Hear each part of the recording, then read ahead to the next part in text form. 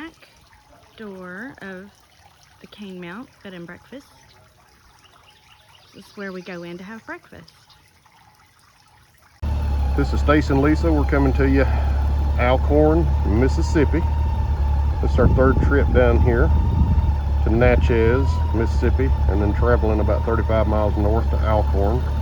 This is our third time to stay here at the Canemount B&B. The house there, the main house, was built around 1850, and it's pretty much all original. They've had to modernize a few things, but for the most part, the house is original. The brick building you see there, where the vehicles are parked, that was originally the cook's kitchen, because back during the 1800s and early 1900s, they didn't cook in the house because they didn't want the house to catch on fire. So they had a brick building outside, and that's where they did all the cooking for the plantation. This plantation was fairly large. It reached all the way to the Mississippi River. Now it's down to about 45 acres, but that's typical for all of these old farms that were founded in the 1700s, and they raised cotton and corn and soybeans and whatever they farmed back then, sugar cane. And they were large plantations, and they were all operated with slave labor. And this was one of those right here. This has got a lot of history to it. The lady that owned this, that inherited this after the Civil War, she began to teach the workers who had been slaves, and I believe she was teaching the the workers when they were slaves how to read and how to write, how to do arithmetic. She really was concerned with her health and the people that worked for her. And a lot of the buildings here, including this carriage house, are original buildings. Now, this carriage house has been modernized completely with rooms inside it, but some of the external walls, some of the external boards are all original. Some of the external boards and some of the walls have been replaced, but some of it is original. Behind us, I'll turn the bike around here where we can see.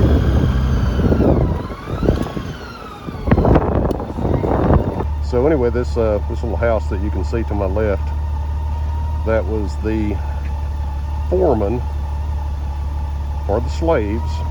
He was also a slave.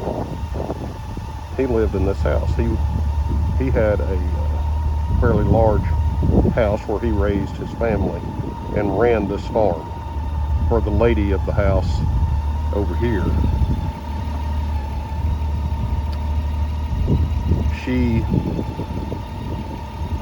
She kept him on after the Civil War, and a lot of his workers stayed on after the war. So he ended up, the foreman ended up raising his family here, and then their family raised families here also, from what we understand.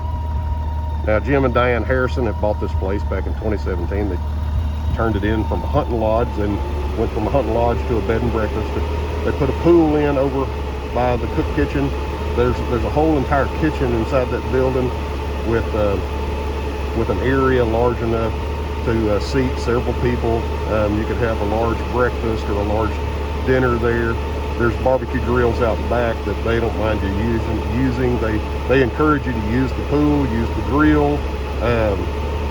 You can use the inside kitchen. They prefer us to keep it clean as best we can. So they also have a residence on the other side of these trees here that you can't see.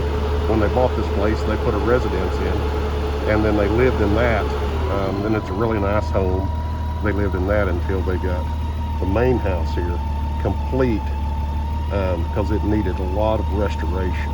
It had a lot of issues before it could become livable. Now, Jim and Diane live in this house, and they also have a small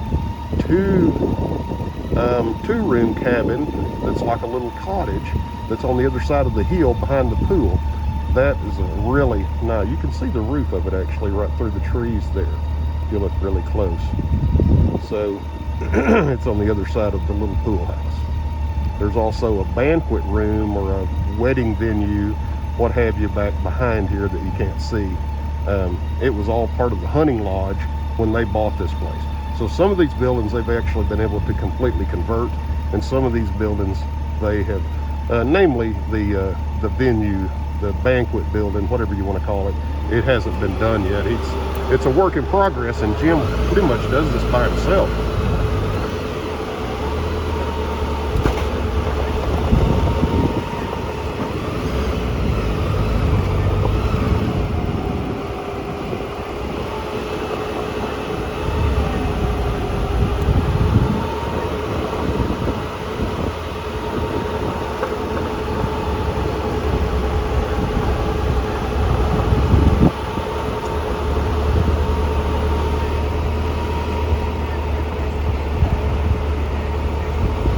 They know the fine details, and they have some of the original paintings of the people that lived here.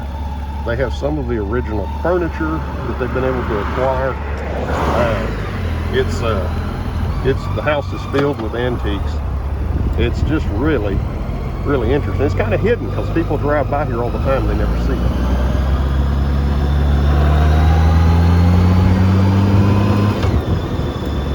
That's the Canemount. This is our third Memorial Day in a row since 2022, 2023, and 2024. We come down here on our anniversary.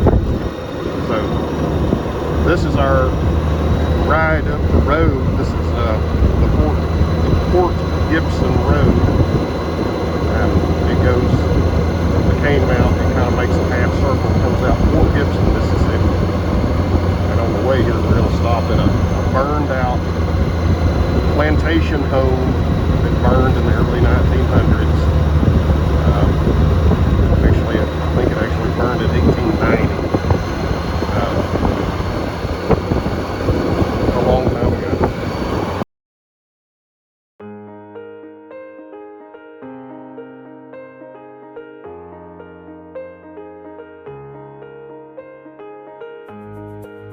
Alright guys, we hope you enjoyed this newest video from Hole in the Wind, and if you did, hit the like and subscribe button.